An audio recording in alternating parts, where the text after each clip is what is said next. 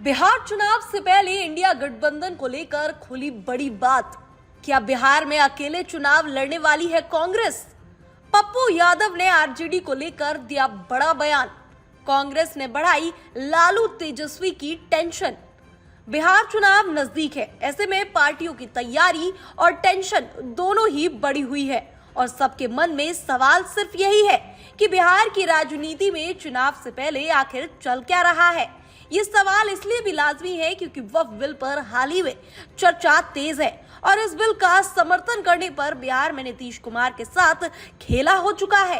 इन सब के बीच बिहार में आगे की स्ट्रैटेजी और विपक्ष का रोल क्या चल रहा है, तो बिहार में जहां एक और नीतीश कुमार कदम कदम पर पीएम मोदी का साथ देकर एनडीए को बचाए हुए हैं, तो दूसरी ओर विपक्षी गठबंधन में क्या चल रहा है, ये जानना बेहद जरूरी हो जाता है।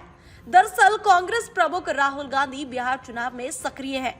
वो जीत हासिल करने के लिए हर संभव प्रयास कर रहे हैं अपनी पार्टी को मजबूत बनाने के लिए। इसी बीच अगर आरजेडी और कांग्रेस गठबंधन की बात की जाए तो कांग्रेस नेता कन्हैया कुमार की सक्रियता पर पप्पू यादव की प्रतिक्रिया सामने आई है।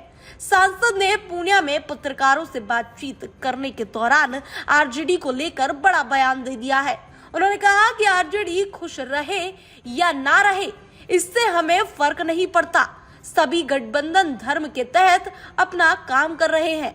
मेरा मानना है कि बीजेपी को हराने के लिए हिंदी पट्टी में गठबंधन जरूरी है, क्योंकि क्षेत्रीय दल अकेले बीजेपी का मुकाबला नहीं कर सकते। कांग्रेस के भविष्य पर उन्होंने कहा कि पार्टी अकेले लड़ेगी या नहीं, ये मैं नहीं बता सकता, लेकिन बीजेपी को हराना हमारा लक्ष्य है।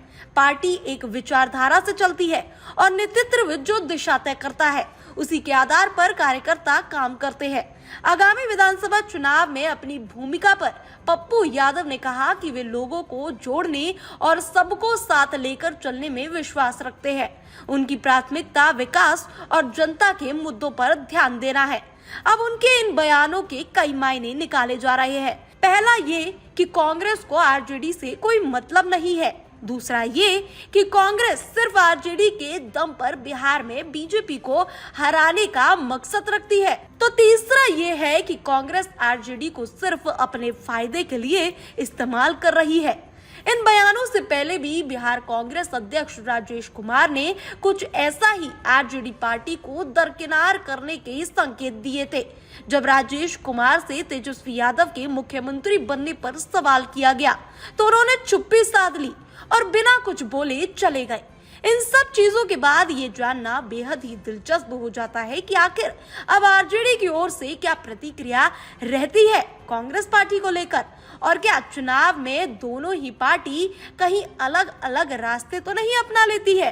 Bureau report, TV7 Bharat.